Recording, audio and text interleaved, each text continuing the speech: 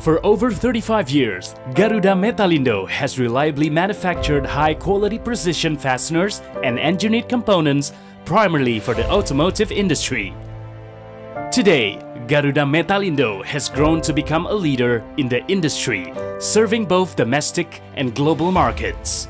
We have developed our product portfolio into a wide range of products to be used in different automotive applications such as engine and brake system, suspension system, frame and chassis, and other special applications.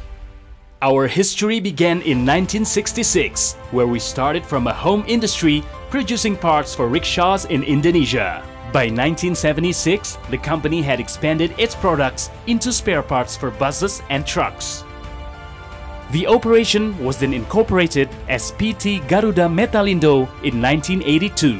In 1989, we officially became an OEM supplier to Honda motorcycles and then to Mitsubishi trucks in 1992.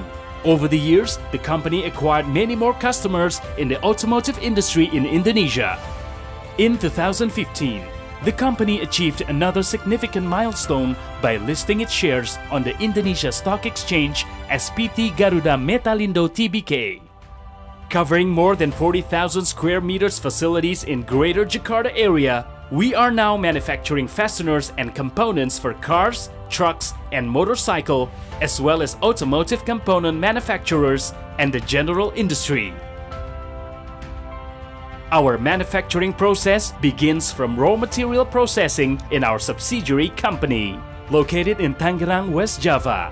This modern facility covers 25,000 square meters, specialized in processing high-quality steel wire and bars for various industries. These finished materials are then delivered and stored carefully in our warehouse before being used in production. These raw materials will then go through the following production processes in our production facility: cold forming, thread rolling, machining, heat treatment. To assure the highest product quality, we perform quality checks in between every process. The surface treatment process is done in our sister company, specialized in electroplating. This electroplating facility is equipped with fully automatic barrel line and hanger line with automatic baking process.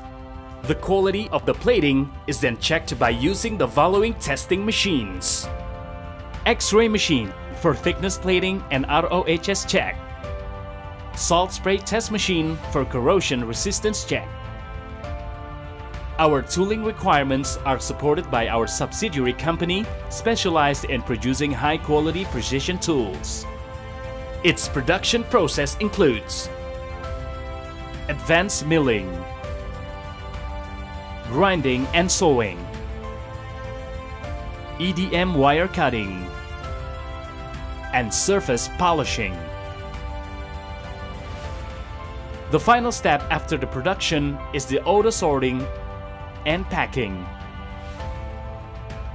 These products are then stored in our automated storage system, which helps us meet our customers' just-in-time delivery policy. These finished goods are then shipped to our customers with our highest commitment in quality, cost, and delivery. We are currently supplying to more than 150 customers in both domestic and global markets. Our customer-first philosophy has enabled us to gain the trust from many prestigious brands in the automotive industry. Over the years, we have received numerous respectable awards from many of our customers.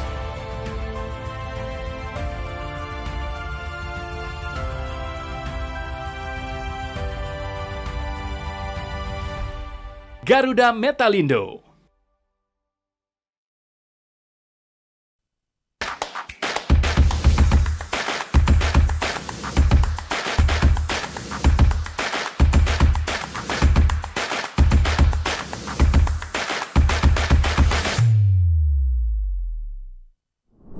Halo, selamat siang sahabat Miraset. Apa kabarnya? Semoga sahabat Miraset dalam keadaan sehat selalu ya. Berjumpa lagi kita di kegiatan KBSA Live Special bersama saya Marta. Dan sahabat Miraset, hari ini kita akan ngobrol banyak terkait dengan sektor otomotif ya. Jadi kalau kita lihat kan ini komponen sektor otomotif dan juga komponen otomotif ini menghadapi tantangan gitu ya. Karena dalam beberapa tahun memang cenderung mengalami penurunan. Tapi kita mau tahu lebih banyak sebenarnya dengan salah satu emiten yang bergerak di sektor komponen otomotif, khususnya adalah untuk produk fastener. Dan di studio Miraset kita sudah kedatangan PT Garuda Metalindo Tbk atau dengan kode saham Bolt. Dan di sebelah saya sudah duduk Bapak Antoni Wijaya selaku Direktur dari Bolt. Selamat siang Pak Antoni. Siang Bu, terima kasih. Apa kabar Pak? Baik Bu. Ya, dan semoga nanti kita ngobrol banyak ya Pak terkait dengan Bolt gitu ya. Dan juga ini kita akan langsung bicara nih sahabat Miraset. Jadi sebelumnya untuk sahabat Miraset yang punya pertanyaan terkait dengan Bolt nanti bisa disampaikan di kolom komentar. Pak Antoni, mungkin teman-teman sahabat Miraset di sini ada beberapa yang belum familiar gitu ya dengan bisnis Bolt. Mungkin boleh disampaikan sedikit terkait dengan profil perseroan Pak. Oke, jadi perusahaan kami berdiri dari tahun 1982. Jadi sudah cukup lama.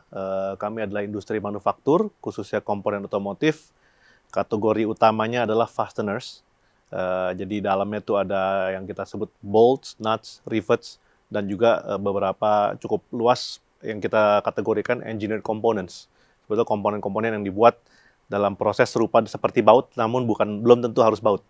Begitu. Oke, jadi mungkin kalau teman-teman taunya kalau baut mungkin lebih familiar gitu ya, tapi sebenarnya ada fastener itu akan ada banyak macamnya begitu ya Pak? Betul, banyak. Oke, baik. Nah Pak, mungkin boleh dikasih gambaran Pak, karena ini komponen otomotif ya, mungkin pasar terbesarnya atau konsumen terbesarnya tuh siapa dan apakah roda 2, roda 3, atau roda 4? Oke, jadi untuk perusahaan kami paling besar adalah di industri roda 2. Jadi kita serve di roda 2, roda 4, komponen. Di komponen itu berarti komponen-komponen otomotif, roda 2, roda 4, dan juga kita ada ke general industry, dan juga ada untuk ekspor, pasar ekspor. Oke. Nah, kalau untuk brandnya sendiri itu konsumen terbesarnya sekarang saat ini itu siapa Pak?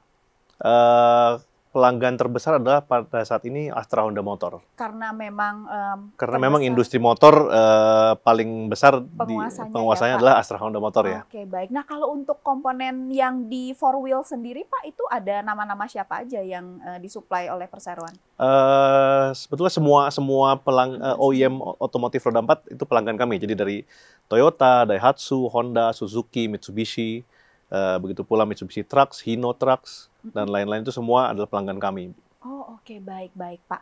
Nah, kita mau tahu terkait dengan industri fastener ini ya Pak. Jadi mungkin boleh dikasih gambaran Pak, sebenarnya persaingannya seperti apa sih? Karena kan kalau dari sisi komponen otomotif nih cukup ketat nih persaingannya. Nah, kalau khusus untuk produk fastener ini itu pesaingnya biasanya siapa Pak? Oke, pesaing utama kami adalah sebetulnya adalah produk import, dan itu adalah produk impor dari Jepang terutama ya. Jadi kan industri otomotif Indonesia pada saat ini masih didominasi oleh perusahaan-perusahaan Jepang. Nah, jadi produk fastener ini banyak yang mereka masih mengimport dari Jepang. Dan kedua adalah perusahaan-perusahaan Jepang yang sudah ada pabrik di Indonesia juga. Jadi itulah kompetitor utama kami itu dua segmen itu. Baik. Nah, kalau untuk pangsa pasar sendiri Pak, kira-kira di berapa persen? Kalau di roda 2 kurang lebih sekitar 60%. Kalau di roda 4 lebih kecil ya, mungkin baru sekitar 10%. Dan kalau di industri komponen otomotif itu sendiri mungkin sekitar 20-an%. Oke, baik. Berarti kalau untuk roda 2 market leader berarti ya Pak? Betul. Oke, baik. Nah Pak, kalau kita lihat tadi kan perseroan menyampaikan ya, salah satu pesaingnya itu adalah produk impor begitu. Nah, kalau kita bicara tentang produk lokal dan produk impor, itu keunggulannya produk impor atau keunggulannya produk lokal tuh seperti apa sih? Kalau produk lokal tentu lebih kompetitif ya. Lebih kompetitif, harga lebih kompetitif, dan juga tentu kami menyumbang porsi TKDN ya. Jadi kalau di industri roda 2 memang TKDN-nya sudah jauh lebih tinggi dibanding roda 4. Kalau roda 4 masih banyak komponen-komponen yang diimpor dari luar negeri. Oke, baik Pak. Nah, perseroan bukan hanya bermain di pasar domestik ya Pak, ada porsi untuk ekspor juga ya. Nah ini mungkin boleh dijelaskan sedikit Pak porsinya seperti apa, kemudian negara tujuan ekspornya ke mana aja, dan kenapa perseroan melakukan ekspor? Apakah memang ekspor ini pasarnya juga menarik seperti apa? Oke, jadi kan di Indonesia ini produksi mobil itu kurang lebih sekitar 1,3, 1,4, 1,5 juta lah maksimum di tahun 2023. Nah, kalau di dunia itu sebenarnya produksi mobil kurang lebih 80 sampai 90 juta unit. Jadi memang kita melihat pasar dunia itu jauh sangat lebih besar dibanding Indonesia. Jadi sejak tahun 2016, 2017 itu kita mulai fokus untuk mengembangkan pasar ekspor. Karena kami melihat pasar Indonesia ya perkembangannya tidak secepat yang kami harapkan ya. Jadi kita mencoba merambah ke pasar di mana kami memang masih belum ada belum ada market share. Nah, memang pada saat itu tidak begitu mudah. Cuman beberapa tahun terakhir ini kami sudah melihat ada pertumbuhan yang cukup signifikan, terutama di pasar Eropa. Jadi kita sekarang customer paling besar adalah di Eropa. Oh oke, baik-baik. Nah kalau selain Eropa Pak, di negara Asia atau Amerika, apakah perseroan juga ada memproduksi untuk negara-negara tersebut? Ada. Jadi kita pertama adalah ke Eropa, kedua yang cukup unik adalah ke India sebetulnya. Jadi kita supply customer kami yang cukup besar di India, lalu juga ada di Thailand dan juga Malaysia dan sekitar juga ada. Di Amerika pun juga ada, teman masih belum terlalu besar. Oke. Tadi kita udah lihat, tadi Bapak sampaikan ya peluangnya kan besar ya untuk produksi global gitu ya, untuk ke pasar ekspor gitu. Tantangannya Pak kalau untuk ke pasar ekspor gitu, itu seperti apa? Tantangan pada hari ini sih yang terbesar adalah memang gejolaknya supply chain dunia ini ya, mengenai apa yang ada tarif dan juga ada trade war dan lain-lain. Jadi memang supply chain disruption ini menjadi challenge, namun juga kami lihat sih sebetulnya menjadi opportunity juga untuk kita. Jadi banyak pelanggan-pelanggan kami yang sekarang mungkin sourcing dari negara-negara paling banyak di Taiwan dan China itu, mereka lagi banyak mau memindahkan sourcing mereka ke negara-negara di luar region tersebut. Jadi memang pada saat ini itu menjadi opportunity sebetulnya untuk kita. Sebelumnya itu menjadi challenge, tapi pada saat ini menjadi opportunity karena kami memang sedang terima banyak inquiry dari negara-negara tersebut. Oh oke, berarti dengan adanya perang tarif ini justru membuka peluang lebih banyak ya Pak untuk industri suku cadang otomotif ini ya? Betul. Oke, baik-baik. Nah Pak, kalau kita lihat perseroan mungkin boleh dikasih gambaran Pak, porsi domestik dan porsi ekspornya tuh saat ini itu di berapa-berapa Pak? Oke, sekarang ekspor kurang lebih masih belum terlalu besar sebetulnya, sekitar 6%. Oke. Sekitar 6% ekspor, sisanya masih domestik. Domestik. Nah, kira-kira dengan adanya peluang ya Pak, yang tadi Bapak sampaikan tahun ini gitu ya, permintaan juga cukup besar. Nah, itu kira-kira ke depan dalam jangka waktu mungkin di jangka menengah, perseroan punya target tertentu nggak sih Pak akan memperbesar porsi ekspor ini hingga ke berapa persen? Jadi kami memang beberapa tahun lalu menargetkan kita ekspor bisa sampai 30% dari omset kami ya. Cuman dengan adanya COVID dan lain-lain kemarin itu sedikit menghambat. Nah, kami sekarang sekitar 6%, kami harapkan bisa bertumbuh sampai 20, sampai 25, 30% di mungkin kurang lebih 5 tahun ke depan. Oh oke, berarti akan cukup signifikan ya Pak kenaikannya berarti ya, bisa sampai 5 kali lipat begitu ya untuk dalam 5 tahun ke depan berarti ya Pak? Ya, oke, baik Pak. Kita juga mau ngobrol ini terkait dengan fasilitas produksi nih Pak. Kan kita tahu sekarang nih market otomotif gitu ya, motor, mobil itu kan relatif motor agak stagnan, mobil turun gitu. Ini bagaimana perseroan melihat ini dan juga untuk kapasitas produksi perseroan saat ini apakah memang mengalami penurunan seiring dengan penurunan dari produksi otomotif ini? Oke, jadi secara kapasitas kita pada saat ini sebetulnya masih cukup besar. Kita utilisasi sekitar kurang lebih 60%. Dan juga sebetulnya dengan penurunan market roda 4 tadi sendiri, kami secara perseroan masih dapat mendapatkan market share lebih sebetulnya di industri roda 4. Jadi kan tadi kan bisa dibilang roda 2 cukup stagnan ya, roda 4 industri menurun, namun untuk kami sebetulnya penurunannya tidak setajam industri.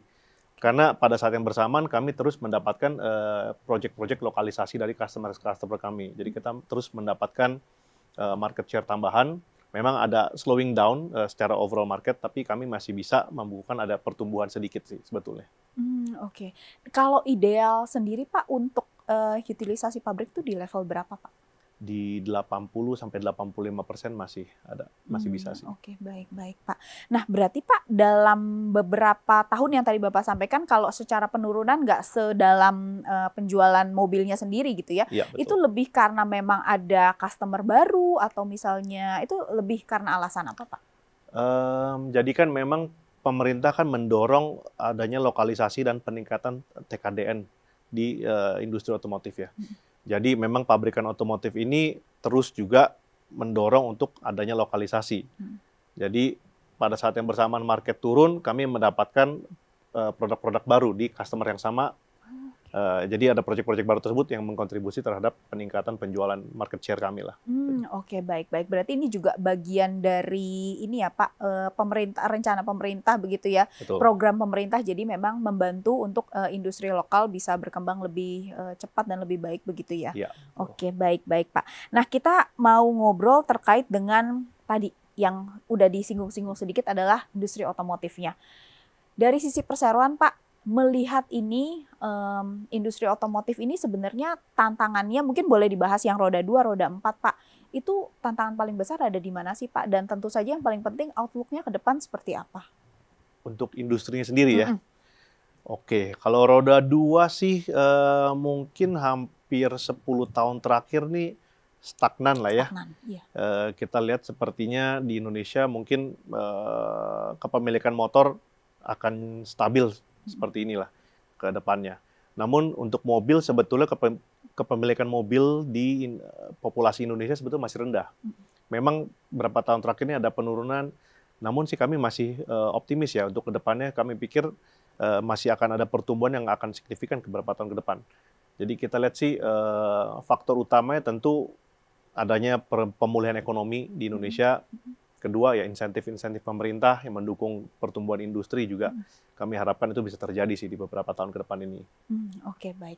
Nah, kalau melihat sampai dengan kira-kira nih Pak akhir tahun atau mungkin yang tahun depan begitu, apakah di sektor otomotif ini khususnya untuk mobil ya, mungkin kalau motor memang karena udah stagnan beberapa tahun ke belakang, itu mobil kira-kira ada perseroan melihat apakah ada perbaikan Pak? Karena tentu Bapak juga menerima order nih dari OEM ini. Iya.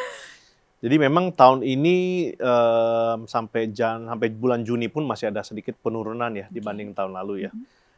Namun sebetulnya semester 2 kita mendapatkan proyeksi yang cukup baik sebetulnya. Diharapkan bisa at least mencapai volume tahun 2024 sih. Jadi kita lihat di semester 2 ada perbaikan. Harusnya akan ada pemulihan perbaikan lah, ya Pak. iya. Oke, baik. Semoga kita harapkan di tahun depan juga perbaikannya bisa lebih terlihat nyata ya Pak. Betul. Oke, baik Pak. Dan kita mau ngobrol nih Pak terkait dengan fluktuasi bahan baku. Karena kan perseroan boleh disampaikan Pak, bahan baku utamanya apa, fluktuasi harganya seperti apa sih Pak? Oke, bahan baku utama kami adalah steel ya. Jadi steel dalam berbentuk wire dan juga rod. Jadi bisa hampir 100% dari kebutuhan material kami adalah dari import dari luar negeri. Pak? Ya, jadi dalam bentuk US dollar. Kalau mengenai fluktuasinya sebetulnya karena steel ini ya bisa disebut special steel ya, karena untuk kebutuhan otomotif ini fluktuasinya tidak terlalu ekstrim sebetulnya. Hanya beberapa tahun ke belakang 2021-22 itu memang gejolak dunia yang menyebabkan fluktuasi sangat ekstrim. Namun 1-2 tahun terakhir ini sudah cukup stabil sih sebetulnya. Jadi fluktuasinya tidak terlalu besar dan juga sebetulnya di industri otomotif ketika ada pergerakan raw material price itu kita bisa menyampaikan pass on harga tersebut lah, perubahan harga tersebut ke customer. Iya, jadi secara periodik akan direview dan kita akan mengajukan jika ada perubahan harga dan itu biasanya di-accept oleh customer. Karena memang kalau melihat historinya harga motor, harga mobil selalu trennya naik ya Pak, nggak Iya, ada penurunan. Betul. Nah, kalau untuk US dollarnya sendiri Pak, tadi kan karena raw materialnya US dollar ya, seberapa banyak perseroan terekspos terhadap risiko kurs ini Pak? Ya, dari raw material ini basically 100% adalah US dollar. Dan juga sebetulnya kurs US dollar ini menjadi salah satu faktor ketika kita mengajukan price review ke customer. Jadi ada dua faktor. Satu adalah raw material price, harga raw material, dan kedua adalah kurs. Oke, berarti memang sudah di-include di sana gitu. Betul. Ya Pak. Oke, baik. Nah, kita akan break dulu sebentar Pak, dan sahabat Miraset kita akan lanjut lagi nanti ngobrolnya terkait lebih lanjut terkait dengan kinerja perseroan, rencana-rencananya ke depan sahabat Miraset. Jadi pastikan untuk stay terus di kegiatan KBSA Live ini. Definisi mapan itu berbeda untuk setiap orang. Ada mereka yang ingin terlihat mapan dan mereka yang memang peduli masa depan. Mereka yang hidup untuk hari ini dan mereka yang membangun masa tua sedari muda. Mereka yang pusing karena efek inflasi dan mereka yang santai berinvestasi. Aplikasi M-Stock hadir untuk mereka yang ingin jadi mapan. Perkuat kendali keuangan dengan produk investasi yang beragam. Dan pantau semua pergerakan dari satu aplikasi. Baik bagi pemula maupun pemain lama. Saatnya jadi mapan bersama M-Stock dari Mirai Asset. Download aplikasinya sekarang.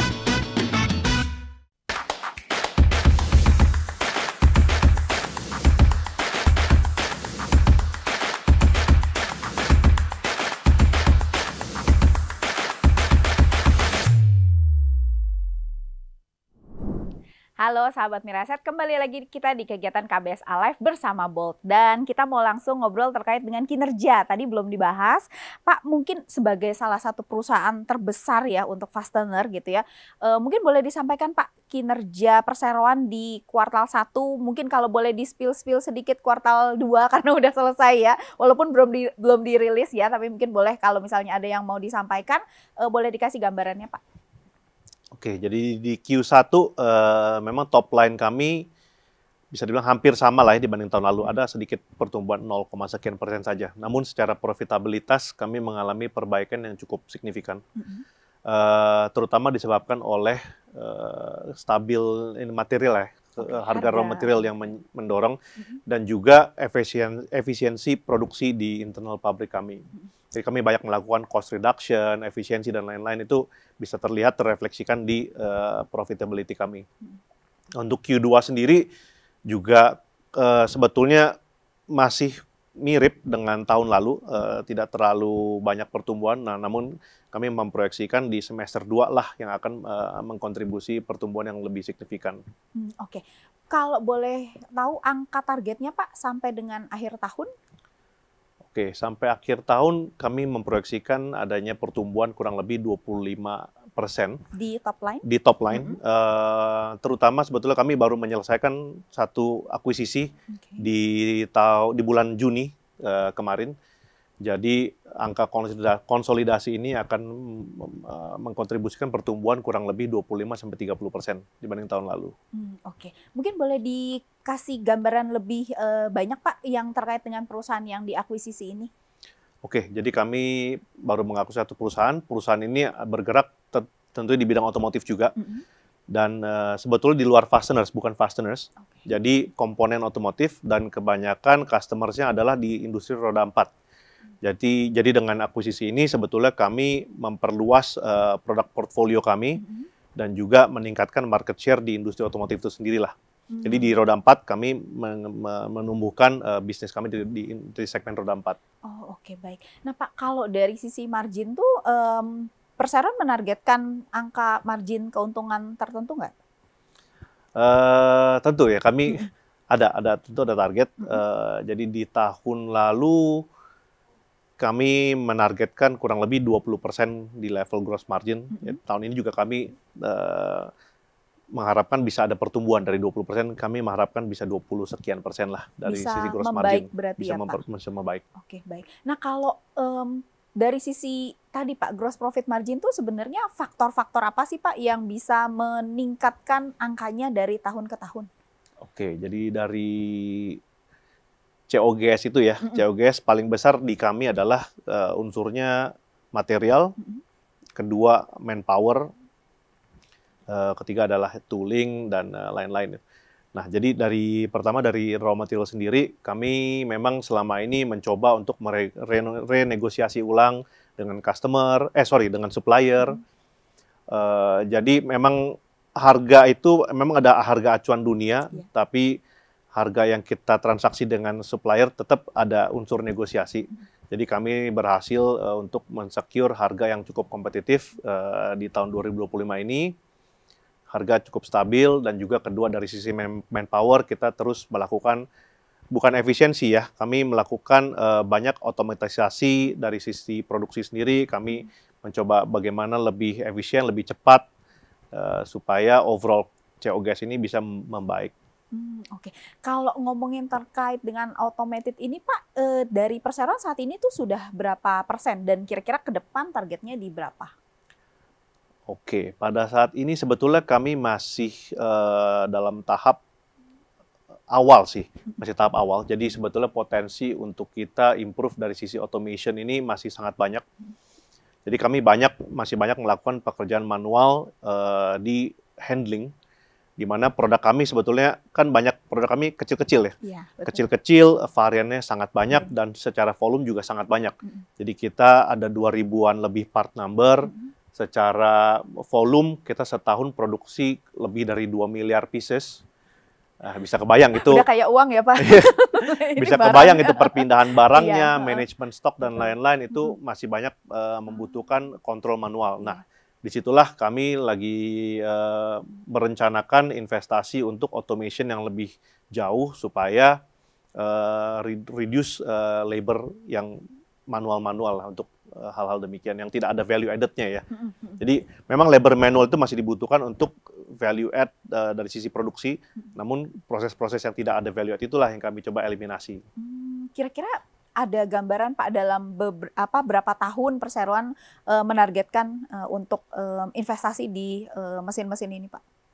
Oke, mungkin kita pada saat ini sedang merencanakan satu project automation yang cukup besar, terutama di logistics center kami. Jadi kami harapkan mungkin 1 tahun ke depan sudah bisa terlihat hasilnya sih di tahun 2026.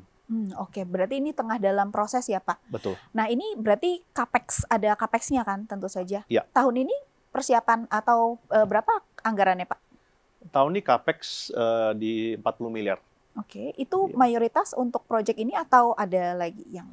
Sebetulnya proyek ini masih belum terbudgetkan, jadi kami akan melakukan di tahun depan. Jadi kalau yang tahun ini kami ada beberapa peremajaan mesin-mesin, karena mesin kami banyak ya, jadi mesin kami itu ada ratusan mesin. Jadi selalu ada yang memang butuh untuk di replace baru atau di maintenance, overhaul dan lain-lain. Jadi kebanyakan untuk maintenance capex sih di tahun ini. Oke, baik Pak. Baik, kita ke pertanyaan berikutnya ini tadi Bapak udah ngomong margin sedikit ya yang tadi bisa mengalami kenaikan. Targetnya Pak kira-kira kalau dalam periode jangka menengah dengan tadi ya ada automation dan ada improvement itu perseroan menargetkan margin itu yang optimal bisa di berapa Pak? Kami selalu menargetkan angka minimal 2 digit sebagai net profit margin ya. Jadi memang beberapa tahun terakhir masih belum tercapai. Kami masih mencapai kurang lebih ada 8%, ada 7%, kadang-kadang 9%. Kami menargetkan sih bisa minimal 10% di bottom line-nya ya bottom Pak. Line. Oke, baik Pak. Dan pertanyaannya, saya juga mau tanya terkait dengan tadi Bapak udah cerita terkait dengan 2 wheels, 4 wheels ya. Kontribusinya saat ini perseroan lebih banyak di 2 wheels gitu. Kalau ke depan kira-kira Pak ada rencana nggak sih untuk melihat bahwa porsinya akan lebih seimbang atau mengingat bahwa kan kalau untuk motor relatif stagnan, kalau ekonomi Indonesia lebih baik tentu saja orang mau punya mobil begitu ya. Nah itu kira-kira dari sisi perseroan kontribusinya seperti apa Pak rencananya? Oke, sampai tahun lalu proyek komposisi roda 2 kurang lebih 35%. Untuk roda 4 sendiri masih sekitar 10%. Nah, sebetulnya dengan adanya akuisisi di tahun ini, yang tadi saya sebutkan di bulan Juni, sebetulnya itu akan meningkatkan share di roda 4. Jadi sampai akhir tahun kita proyeksikan komposisi penjualan ke roda 4 akan bertumbuh. Jadi akan lebih mendekati lah dengan roda 2. Nah, namun ke depannya kami melihat memang di roda 4 ini juga masih banyak ruang untuk pertumbuhan market share. Tadi saya bilang masih banyak produk-produk import dari luar negeri yang masih dibeli oleh si pemain otomotif ini. Nah, jadi proyek-proyek lokalisasi yang sedang berjalan ini tentu akan menambahkan market share kami. Dan juga kami melihatnya roda 4 memang ke depannya akan bertumbuh lebih besar, terutama langsung yang direct dan juga melalui komponen makernya ya. Jadi roda 4 sendiri komposisinya akan terus berkembang untuk kami. Nah, namun di samping itu yang kami targetkan untuk pertumbuhan lebih signifikan juga adalah di pasar ekspor. Ya. Pasar ekspor memang kebanyakan sih di roda 4 end usernya. Marginnya tentu saja yang roda 4 itu lebih besar berarti ya Pak?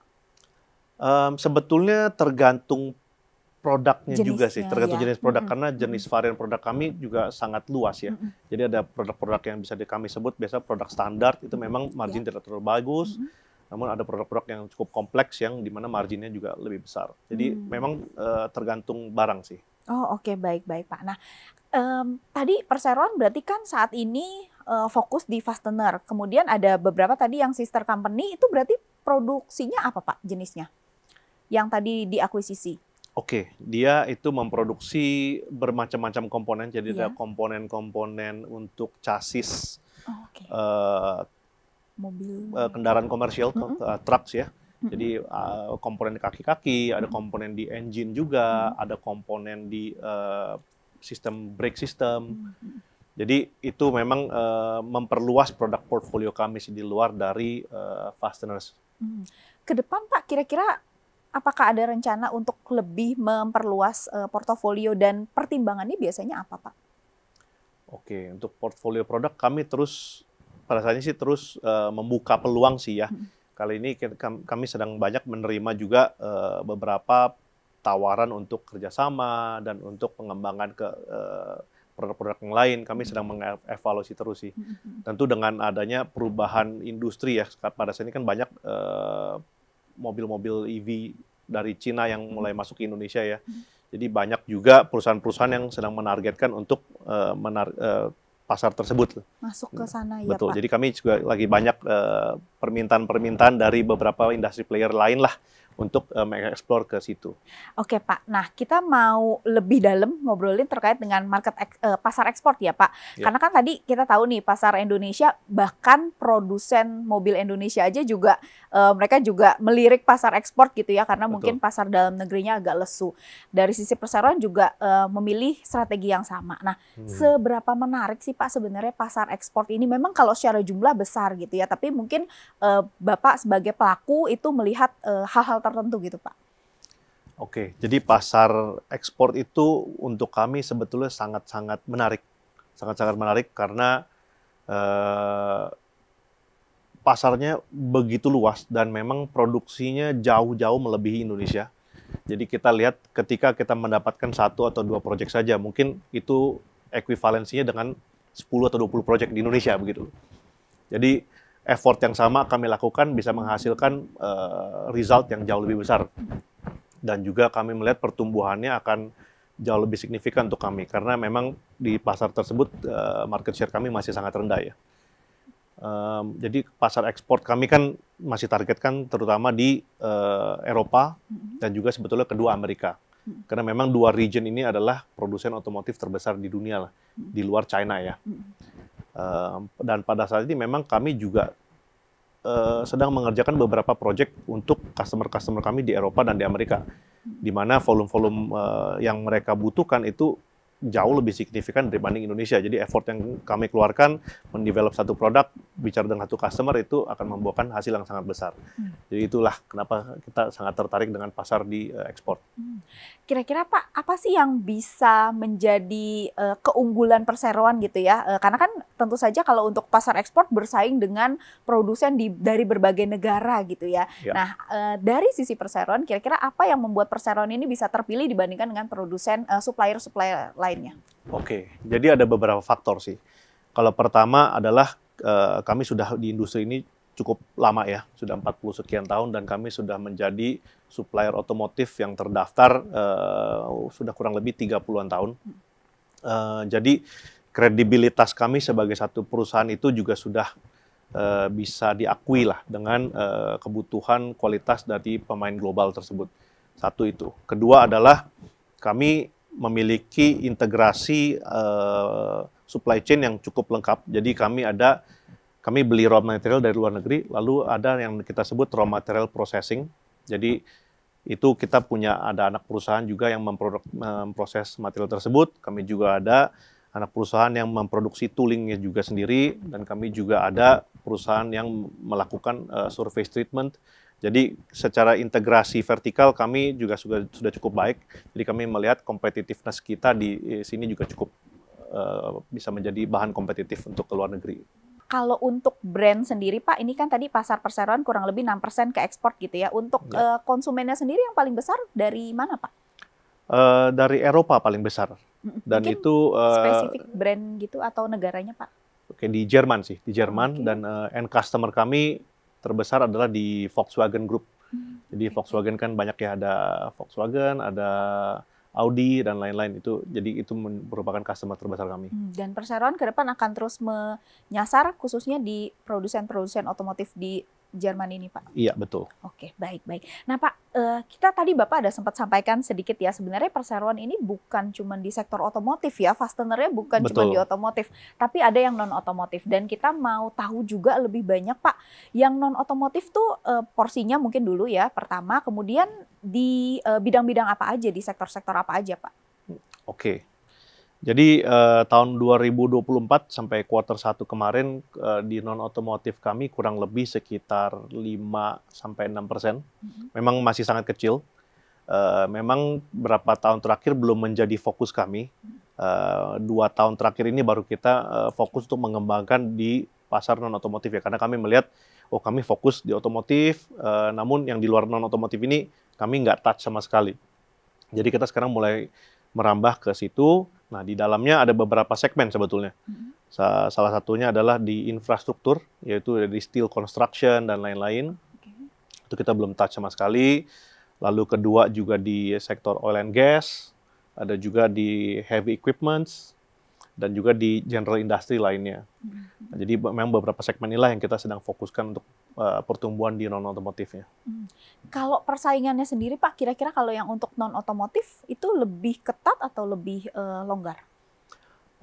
Lebih ketat, namun kami cukup percaya diri bahwa kami bisa kompetitif juga. Karena dengan tadi vertical integration kami dan juga capabilitas kami yang kita sudah dalami berapa puluh tahun ini, kami yakin kami bisa berkompetisi di area situ sih. Kalau untuk porsinya sendiri Pak, kira-kira di jangka menengah gitu ya, 3-5 tahun, mungkin perseroan akan memperbesar porsinya nih dari porsi sekarang 6% tuh ke berapa Pak? Oke, kami harapkan sih bisa minimal di 10-15% lah ya, beberapa tahun ke depan. Memang tidak terlalu mudah, cuman kami sedang berusaha. Oke, baik. Nah, kalau untuk growth-nya sendiri Pak, dalam 2 tahun ke belakang tuh seperti apa? Secara growth memang belum terlihat signifikan karena memang banyak juga yang membutuhkan proses ya, jadi development dan lain-lain, terutama di industri heavy equipments yang sebelumnya kami belum touch sama sekali. Namun parts-parts yang kita produksi untuk industri tersebut juga adalah parts-parts custom made, di mana itu perlu ada testing sampai dikirim ke Jepang dan lain-lain. Jadi membutuhkan waktu. Jadi kami mengharapkan sih mungkin di tahun ini sudah mulai mass production dan di tahun depan akan lebih banyak lagi. Oke, baik Pak. Nah Pak, mungkin dari sisi target perseroan ya, dari sisi kira-kira arah perseroan dalam 3-5 tahun ke depan begitu ya, perseroan akan melihat industri ini atau perkembangan perseroan tuh ke arah yang seperti apa sih? Oke, kami sih melihat di beberapa tahun ke depan ini yang dalam jangka menengah lah ya, bisa dibilang ya, 3-5 tahun, tetap fokus di otomotif, karena memang di otomotif sendiri kami melihat bahwa opportunity untuk kami berkembang juga masih banyak, terutama di pasar ekspor dan di pasar roda 4 dan komponen di Indonesia. Kalau di pasar roda 2 memang sudah cukup mature ya untuk kami. Jadi kami lihat pertumbuhannya di ekspor dan juga di roda 4. Nah, di luar itu adalah di industri yang tadi non-otomotif tersebut lah akan menkontribusi yang akan cukup besar. Namun secara besar masih di industri fasteners dan di otomotif. Kalau secara ditranslate ke dalam angka Pak, itu kira-kira 3-5 tahun melihat pertumbuhan perseroan itu di level berapa Pak? Kami sih cukup confident pertumbuhan kurang lebih sekitar 10% setiap tahunnya. Jadi memang itu menjadi target. Memang di tahun lalu sedikit di bawah target kami belum bisa tercapai, namun kami cukup confident dengan adanya tadi yang beberapa inisiatif yang kami sedang lakukan, itu saya pikir bisa mencapai target kami di beberapa tahun ke depan. Oke, baik Pak. Dan ini pertanyaan terakhir Pak, kira-kira setelah akuisisi kemarin sister company Pak, kira-kira ada rencana aksi korporasi lagi nggak ke depan Pak? Kami terus open ya peluang-peluang ini, cuman pada saat ini belum ada yang bisa kami ceritakan lebih jauh sih, Bu. Oke, baik. Iya. Dan kita tunggu Pak cerita-cerita baiknya ke depan. Ya, Ya, terima sahabat kasih. Mirai Asset, kita tidak terasa sudah hampir 1 jam ngobrol dengan Pak Antoni di sini. Tapi sebelum mengakhiri kegiatan Pak, mungkin ada yang ingin disampaikan ke para investor ataupun calon investornya Bolt Pak yang sedang menyaksikan kegiatan ini, silakan Pak. Oke, jadi kami sebagai perusahaan masih sangat confident untuk pertumbuhan ke depannya, terutama di industri-industri yang memang market share kami masih rendah, tadi di industri di segmen roda 4, di segmen non-otomotif, di segmen ekspor. Jadi room for growth untuk perusahaan kami itu masih sangat besar, dan kami yakin dalam beberapa tahun ke depan ini pertumbuhannya akan jauh lebih signifikan dibanding sebelum-sebelumnya. Oke, baik. Terima kasih banyak Pak Antoni. Sukses untuk rencana-rencana perseroan ke depan. Terima kasih, Bu.